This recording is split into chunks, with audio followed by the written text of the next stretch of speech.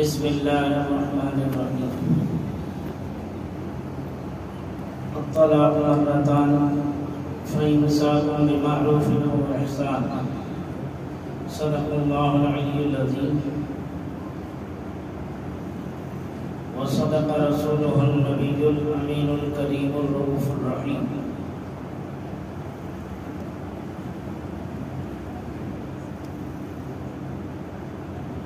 الطلاق مرتان فإمساك بمعروف أو تسريح بإحسان. صدق الله العلي العظيم وصدق رسوله النبي الأمين الكريم الرؤوف الرحيم. ونحن على ذلك لمن الشاهدين والشاكرين والحمد لله رب العالمين. درود پاک پڑھیں اللهم صل على سيدنا ومولانا محمد معدن الجود والكرم وآلہ وصحبہ وبارک وسلم. صلاة وسلاما عليك يا رسول الله، صلاة وسلاما عليك يا حبيب الله صلی اللہ تعالی علیہ وسلم. حضرات کرام، اللہ رب العزت جل جلالہ وعم نوالہ کا کرم و احسان کہ اس نے ہمیں اور آپ سب کو سید الایام جمعۃ المبارکہ کی نماز ادا کرنے کا موقع نصیب فرمایا. میں نے پچھلے جمعے عرض کیا تھا طلاق سے متعلق چند باتیں عرض کرنے کے لیے. وقت بدل رہا ہے، حالات بدل رہے ہیں، تقاضے بدل رہے ہیں، ضروریات بدل رہی ہیں، ملک کا ماحول بدل رہا ہے، فتنوں کا زمانہ ہے، فتنے ہی فتنے برساتی کیڑے مکڑوں کی طرح، حشرات الارض کی طرح اگ رہے ہیں. کیوں نہ ہو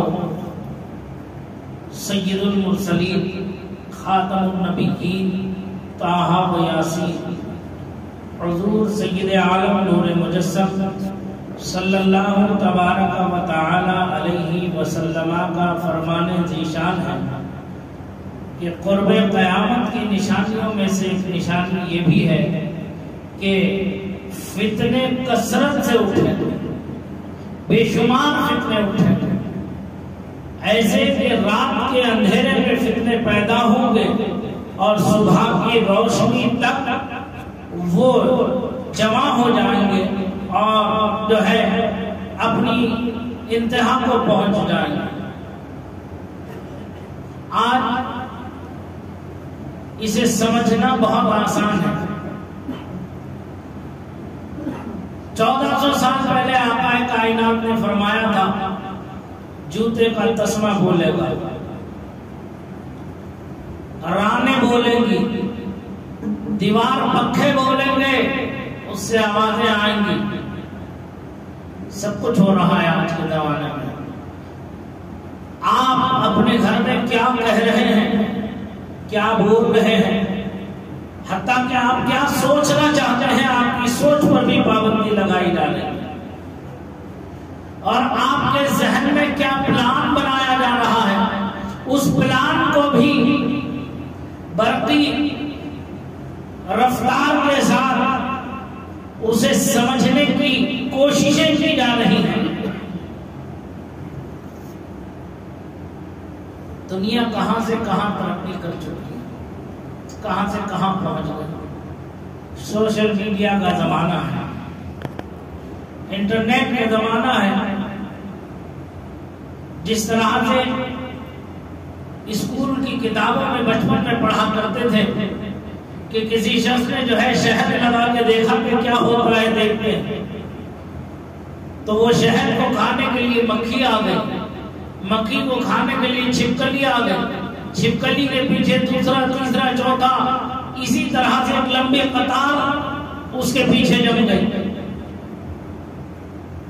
ایسا ہی آج کے دور میں فتنے اور فساد ماحول کو خراب کرنے کے لیے، پرانے ماحول کو برباد کرنے کے لیے نئے نئے ہتھ کنڈے استعمال کیے جا رہے ہیں۔ حد تو یہ ہو گئی مذہبی معاملات میں دخل اندازی کھل کر کے دی جانے لگی، لیکن افسوس کہ ہم ٹک ٹک دیدم دم نہ کشیدم ٹک ٹکی باندھے دیکھ رہے ہیں، کسی میں کوئی جرأت و ہمت نہیں ہے کہ اس کے تعلق سے کچھ کہہ سکے یا سن سکے۔ کیوں؟ اس لیے کہ ہماری ایمانی جو قوت تھی، ہماری ایمانی جو طاقت تھی، وہ ہماری کمزور پڑ چکی، کمزور پڑ چکی۔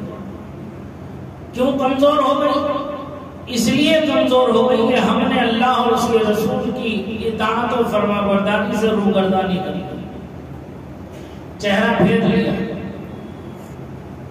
جو اطاعت و فرما برداری کا حق تھا وہ حق ہم ادا نہیں کر رہے۔ اس لیے آج یہ حالات، یہ زمانے، یہ مواقع ہمارے سامنے ہیں جو ایک چیلنج بن کر کے ابھر رہے ہیں۔ اگر وقت رہتے ہم نے اسے نہ سمجھا، نہ جانا، ابھی اس کی طرف توجہ نہیں کی، تو یاد رکھو اس کا بہت بڑا خمیازہ تمہیں ہی نہیں، تمہاری آنے والی نسلوں کو بھگتنا پڑے گا۔ حالات کہاں سے کہاں ہے، زمانہ کہاں سے کہاں گزر رہا ہے، لیکن ہم لوگ ابھی آپسی جھگڑوں سے ابھر کر باہر نہیں آئے، گھروں کے اختلافات سے ابھر کر باہر نہیں آئے، باپ بیٹے کا اختلاف، بیوی شوہر کا اختلاف، ساس بہو کا اختلاف، گھر گھر میں آئے دن فتنے اور فساد، چھوٹی چھوٹی باتوں کو بڑی بڑی باتیں بنا کر دلوں میں بھی دیواریں اور گھروں میں بھی دیواریں، اور روڈ پر تماشا، ایک دوسرے کو گالی گلوچ، ایک دوسرے کو مغلظات بکنا، ایک دوسرے کی عزت و عظمت سے کھلواڑ کرنا، کیا یہ سب اسلامی تعلیمات ہیں؟ یہ اسلامی تربیت ہے؟ قسم خدا کی یہ ہرگز اسلامی تعلیمات نہیں، یہ ہرگز اسلامی تربیت نہیں ہے۔ ایک زمانہ تو وہ تھا کہ مسلمان کو دیکھ کر اس کے عمل و کردار سے وہ دائرہ اسلام میں داخل ہو جاتے تھے۔ کوئی تلوار، کوئی تیر، کوئی تفنگ، کوئی بندوق نہیں، صرف اس کے چہرے پر، اس کے رخ زیبا کو دیکھ کر، اس کی سادگی کو دیکھ کر، اس کی سچ بیانی، حق بیانی کو دیکھ کر، قرآن و حدیث پر اس کے عمل کو دیکھ کر، اللہ کی حدوں کی پابندی کرتے ہوئے دیکھ کر، لوگ کشا کشا، جوق در جوق، گروہ در گروہ، جماعت در جماعت، قبیلہ در قبیلہ دائرہ اسلام سے وابستہ ہو کر اپنی دنیا بھی سنبھال لیتے تھے اور اپنی عقبہ بھی بہتر کر لیتے تھے۔ لیکن آج اس کا الٹا ہو گیا۔ آخر ایسا کیوں؟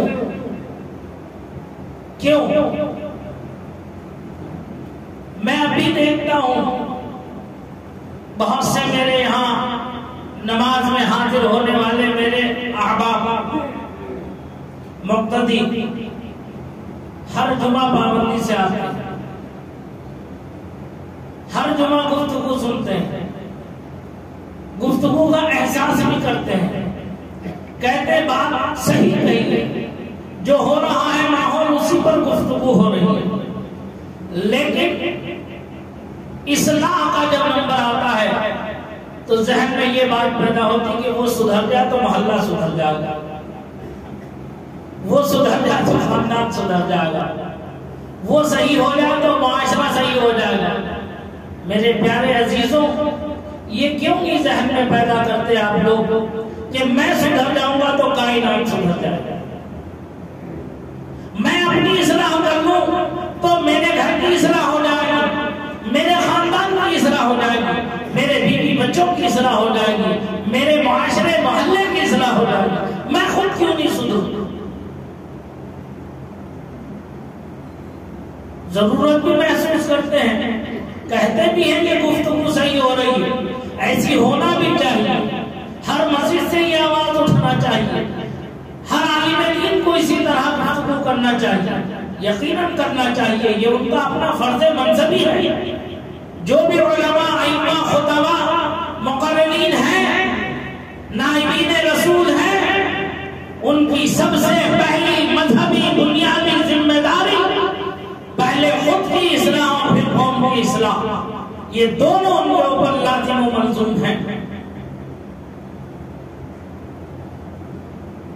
یہ ہم ادا کرنا ہی چاہیے، لیکن کیا صرف علماء اپنا حق ادا کریں، ائمہ خطباء اپنا حق ادا کریں، اور ہم لوگ چند لمحات کے لیے محفلوں میں شرکت کریں اور نعرے تکبیر، نعرے رسالت لگا دیں، اور پھر وہی چال بے ڈھنگی جو کل بھی تھی وہ اب بھی ہے؟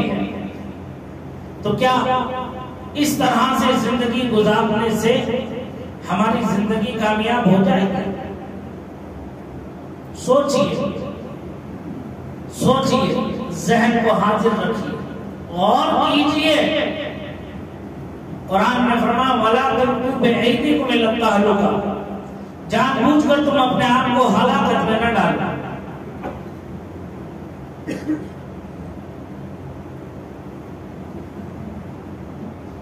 جان بوجھ کر ہلاکت میں نہ ڈالنا، اور اگر بشری تقاضوں میں، شیطانی وسوسوں سے، نفس کی شرارت سے ہم سے کوئی کوتاہی، غلطی، بھول چوک ہو جائے تو پھر کون سی ایسی جائے پناہ ہے جہاں ہمیں پناہ مل جائے؟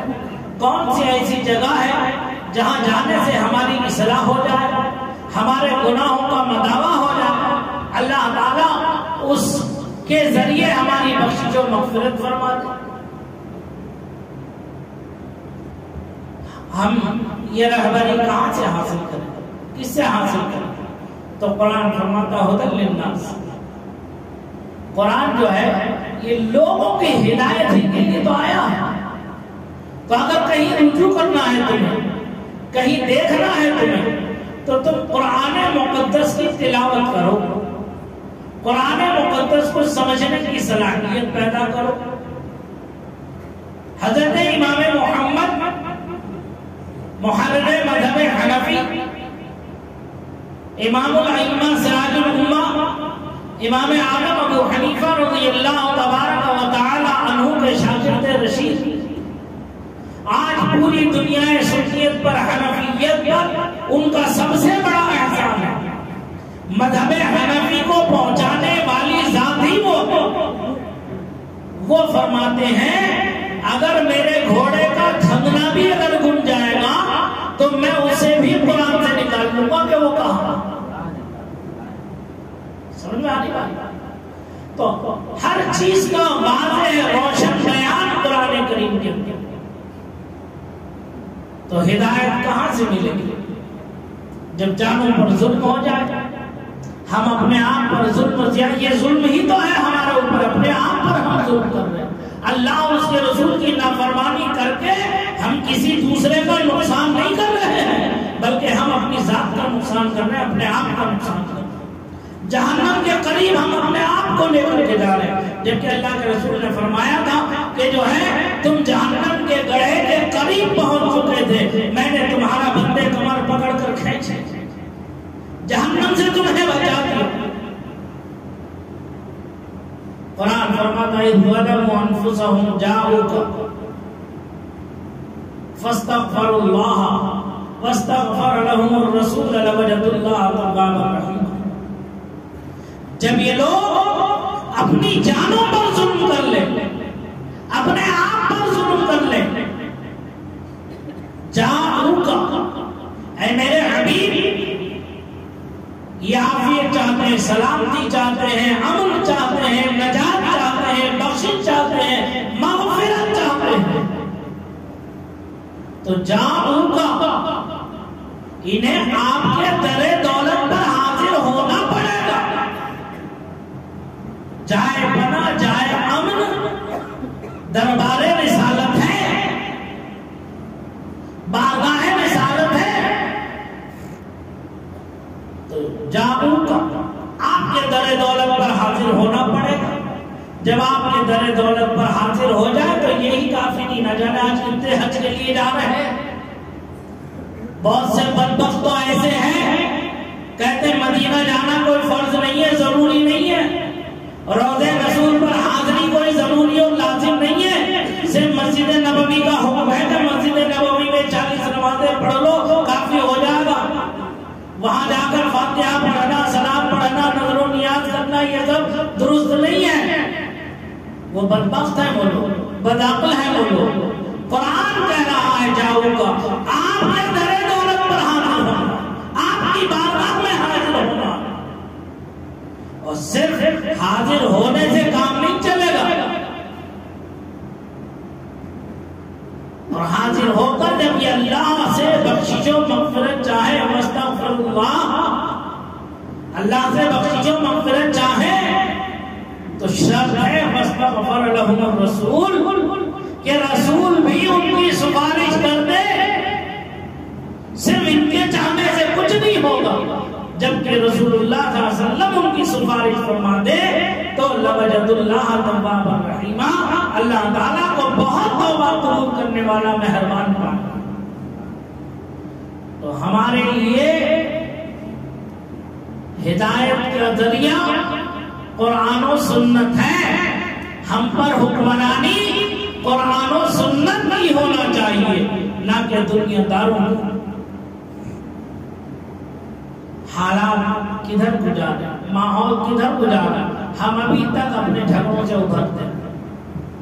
چھوٹی چھوٹی باتوں، چھوٹے چھوٹے معاملات میں رشتہ داریوں کو تار تار کر دیتے، ایک دوسرے کی عزت کو نیلام کر دیتے. جبکہ آقا کائنات نے ارشاد فرمایا سلمن قطع وآسن الی من اساء الیک، تو اس سے رشتہ جوڑ جو تجھ سے ناتا توڑ دے، اور تو اس کے ساتھ حسن سلوک کر جو تیرے ساتھ برا سلوک کر.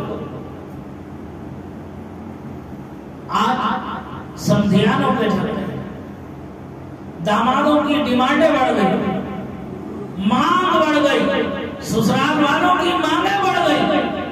بچیاں کہاں جائیں؟ نہ جانے کتنی ہماری بچیاں ابھی تک اپنے گھروں میں بیٹھی ہوئی ہیں، کوئی رشتہ نہیں آتا. کیوں؟ اس لیے کہ وہ لوگ، اس کے ماں باپ اس لائق نہیں ہیں کہ سسرال والوں کی ڈیمانڈیں پوری کر سکتے، ان کا مقابلہ کر سکتے. ہوگا کیا؟ خواہشات نفسانی کو کون کہاں تک روکے گا؟ اللہ جسے حفظ و امان عطا فرمائے. سرکار نے فرمایا نکاح آسان کر دو، زنا کو مشکل کر دو. آج ہم اللہ اور اس کے رسول کے فرمان کے خلاف ہم نے نکاح کو مشکل کر دیا، زنا آسان کر دیا. تو یہ تباہی نہیں آئیں گی تو پھر کیا آئے گا؟ ایسی غیر شرعی رسمیں سمدھیانوں کی، سسرال والوں کی بے تکی ڈیمانڈ غریبوں کا حال بے حال کرے دے. نکاح مشکل ہو گیا، زنا آسان ہو گیا. آج کے جب زنا کاری ہوگی، بدکاری ہوگی تو رحمت و انوار کی تجلیات ہوگی یا عذاب الہی نازل ہوگا.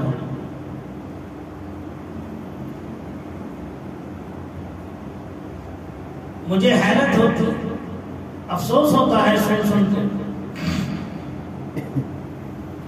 عید پر جب تک بیٹی کے گھر سے ساس کا جوڑا نہیں آ جائے، سمدھی کا جوڑا نہیں آ جائے، ان کے نندوں کے اور دیوروں کے اور جیٹوں کے کپڑے اور جوڑے گھوڑے نہ آ جائے تو اس بچی کا جینا اس گھر میں مشکل ہو جاتا ہے. کیسی شرم و غیرت کی بات ہے، یہ بے غیرتی نہیں ہے. سنو، مولا کائنات علی مشکل کشا شیر خدا رضی اللہ تبارک و تعالی عنہ کی زوجہ محترمہ سیدہ کائنات حسن و حسین رضی اللہ تعالی عنہما کی والدہ ماجدہ حضور سید عالم نور مجسم صلی اللہ علیہ وسلم کی لخت جگر نور نظر جنت کی عورتوں کی سردار سیدہ فاطمہ الزہرا رضی اللہ تبارک و تعالی عنہ کی زندگی خود چکی سے آٹا پیس کر روٹی بنایا کرتی تھی، خود کنویں سے پانی نکال کے لایا کرتی تھی. اتنی محنت و مشقت کی وجہ سے آپ کے ہاتھوں میں چھالے پڑ جاتے تھے. اس کے باوجود فرائض واجبات سنن مستحبات کی ادائیگی، وہ عبادت، وہ تقویٰ، وہ پرہیزگاری جس پر حور ناز کرے، ملائکہ عرش ناز کرے. جب آپ سجدے میں جاتی تھی تو حضرت بلال فجر کی اذان دیتے تھے تو کہتی تھی اے بلال تجھے بھی بڑی جلدی ہوتی ہے اذان دینے کی. اے میرے مولا، اے میرے خالق، اے میرے پروردگار، کیا تو نے ایک رات بھی ایسی نہ بنائی کہ جس میں تیری فاطمہ تجھے دل بھر کے سجدہ کر لیتے؟ دن بھر شوہر کی اطاعت و فرما برداری، بچوں کی تعلیم و تربیت، گھر کا کام کاج، آنے جانے والوں کے مسائل کو سننا سمجھنا، ان کا مداوا کرنا، ان عورتوں کی ہدایت کرنا، ان عورتوں کو دعوت و تبلیغ کرنا، دین سیکھنا سکھانا. ان تمام چیزوں کے باوجود ایسی عبادت، ایسی پرہیزگاری، ایسی تقویٰ، 70 پیوند لگی ہوئی چادریں تھی آپ کے جسم مبارک پر ہوتی تھی. کبھی کسی نے آپ کو بے پردہ نہیں دیکھا. وہ حضرت فاطمہ بیوی ہے حضرت علی کی. ان کی زندگی کو دیکھو، شوہر تھے، بیوی پر پیار آیا، محبت آئی. سرکار نے حضرت علی کو یہ حکم فرمایا تھا کہ میری فاطمہ کی موجودگی میں تم دوسرا نکاح نہیں کر سکتے، جبکہ 4 نکاح کرنے کی شرعاً اجازت ہے سب کو. سرکار نے حضرت علی پر پابندی لگا دی. کیوں؟ اس لیے پابندی لگا دی کہ اگر 4 شادیاں تو یقیناً جائز ہیں، لیکن کب؟ جبکہ ایک دوسرے کو بالکل برابری کا حق ملے، کہ کانٹے سے کسی کی کوئی حق تلفی نہ ہو. جتنا وقت اسے دے اتنا وقت اسے دے، جتنی خدمت اس کی کرے اتنی خدمت دوسری کی بھی کرے، جتنا حق اس کا ادا کرے اتنا حق جو شرعاً ہے اس کا بھی حق ادا کرے. کسی میں ذرا سی کمی نہ ہو ورنہ حق تلفی میں گرفتار ہو جاتا. سرکار نے حضرت علی کو منع کیوں فرمایا؟ اس لیے منع فرمایا کہ میرا علی حق و انصاف میں یقیناً کسوٹی پر اترے گا، حق کی ادائیگی میں اترے گا، لیکن انسان ہونے کی حیثیت سے، بشر ہونے کی حیثیت سے اپنی دوسری بیویوں میں وہ توازن نہیں ہو پائے گا جو نسبت تشریفی فاطمہ کو مجھ سے حاصل ہے وہ کسی دوسری عورت کو حاصل نہیں ہوگا. فاطمہ میرے جسم کا ایک ٹکڑا ہے، میرے جسم کا ایک حصہ ہے. فاطمہ میری بیٹی ہے. یہ نسبت، یہ شرافت، یہ عظمت، یہ بزرگی کسی دوسری عورت کو نہیں حاصل ہے. تو وہاں پر کہیں ایسا نہ ہو کہ اللہ کی بارگاہ میں میرا علی اس حق میں گرفتار ہو. اس لیے سرکار نے منع فرمایا جب تک میری فاطمہ حیات ہے اس وقت تک تم دوسرا نکاح نہیں کر سکتے. یہ عظمت ہے حضرت سیدہ کائنات. ایک دن مولا کائنات نے بحیثیت شوہر اسلام کی تعلیمات کو پڑھو، سمجھو، پھر دیکھو تمہاری زندگی کیسے خوشگوار گزرتی، کیسے شوہر اپنا حق ادا کرے گا اور بیوی اپنا حق ادا کرے گا؟ کہاں ان جھگڑوں میں دنیا کے الجھے پڑے ہو؟ حق تو ادا کرو ایک دوسرے کا. پھر دیکھو تمہاری زندگی میں کیسی الفت و محبت پیدا ہوگی. والی ریاست رامپور نواب کہ یہاں شادی ہوئی تو شاید میں ایک شعر پڑھا تھا اس زمانے میں. ہمارے استاد گرامی اکثر اسے شادی کی محافل میں پڑھا کرتے تھے، سنایا کرتے تھے. کہتے تھے الفت کے بعد شادی، الفت کے بعد شادی نفرت کا شاخسانہ، شادی کے بعد الفت تکمیل آدمی کی. یعنی نکاح سے پہلے، شادی سے پہلے جو یہ اسکول کالجوں کے جو پیار محبت کے جو ناٹک چلتے ہیں یہ پائے تکمیل تک نہیں پہنچتے. اگرچہ شادی بھی ہو جائے تو یہ زیادہ دن ٹھہرتے نہیں ہیں، ختم ہو جاتے ہیں یہ رشتے. لیکن بعد نکاح جو میاں بیوی کے درمیان الفت و محبت ہوتی ہے وہ آخری سانس تک باقی رہتی ہے ایک دوسرے کے اندر. تو حضرت علی نے دیکھا کہ حضرت فاطمہ کے ہاتھوں میں چھالے پڑ گئے. ایک جنگ سے واپسی کے بعد مال غنیمت کافی آیا تھا. مولا کائنات نے یہ سوچ کر کہ سرکار جو ہے سب کو مال غنیمت تقسیم فرما رہے ہیں، اپنی امت میں برابر سب کو دے رہے ہیں، تو کیوں نہ فاطمہ بھی اپنے والد بزرگوار سے کچھ حصہ پا لے. اس لیے کہ فاطمہ کی جو تکلیف ہے یہ تکلیف دور ہو جائے، یہ الجھن یہ پریشانی دور ہو جائے. کوئی کنیزہ کوئی خاتمہ سرکار حضرت فاطمہ کو عطا کر دے جو وہ ان کی خدمت میں ساتھ رہے، ان کی خدمت کرے، کچھ آسانی ہو. یہ کہہ کر مولا کائنات نے حضرت فاطمہ سے کہا تھا آج مال غنیمت تقسیم ہو رہا ہے بارگاہ رسالت میں، آپ بھی چلی جاؤ، آپ بھی چلی جاؤ، جا کر کے اپنے ابا جان سے، والد گرامی سے، آقا کائنات سے اپنے لیے کوئی کنیزہ کوئی غلام یا باتی مانگ لو. شوہر تھے، حکم تھا، آپس میں ایک دوسرے سے پیار محبت تھا.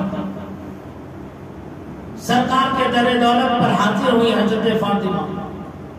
سرکار نے ان کے ہاتھ سرکار ہے، چالوں سے پہچان لیں، نقل و حرکت سے سمجھ لیں. سرکار سے کیا چھپا ہوا؟ عالم ما کان و ما یکون. مسکرایا، تبسم فرمایا، ارشاد فرمایا کہو بیٹی کیسے آنا ہوا؟ سب خیریت تو ہے؟ کیا معاملہ ہے؟ کیسے آنا ہوا؟ تو کہنے لگی ابا جان اے اللہ کے رسول ایسے ایسے حضرت علی نے مجھ سے فرمایا، میری تکلیف کو دیکھتے ہوئے، پریشانی کو دیکھتے ہوئے مجھ سے فرمایا کہ جو ہے سرکار کی بارگاہ میں حاضر ہو جا. آج دریائے کرم جوش پر ہے، رحمت جوش پر ہے، غلام بٹ رہے ہیں، باندیاں بٹ رہی ہیں، مال غنیمت تقسیم ہو رہا ہے، تم بھی اپنا کچھ حصہ لے لو. تو میں اس لیے حاضر ہوئی کہ اللہ کے رسول مجھے بھی کچھ عطا فرمائیں گے. سرکار نے دیکھ کے مسکرا کے ارشاد فرمایا اے فاطمہ میں تمہیں اس سے بہتر کوئی چیز اور نہ دے دوں؟ سبحان اللہ. فرمایا اس سے بہتر کچھ اور نہ دے دوں تمہیں؟ تو حضرت فاطمہ نے کہا اللہ کے رسول کو اختیار ہے، جو چاہے عطا فرما دیں. آپ کائنات گئی تھی کچھ راحت لینے کے لیے، کچھ غم کو کم کرنے کے لیے، تکلیف کو کم کرنے کے لیے. آقا نے ارشاد فرمایا ہے فاطمہ ایسا کرو کہ تم ہر نماز کے بعد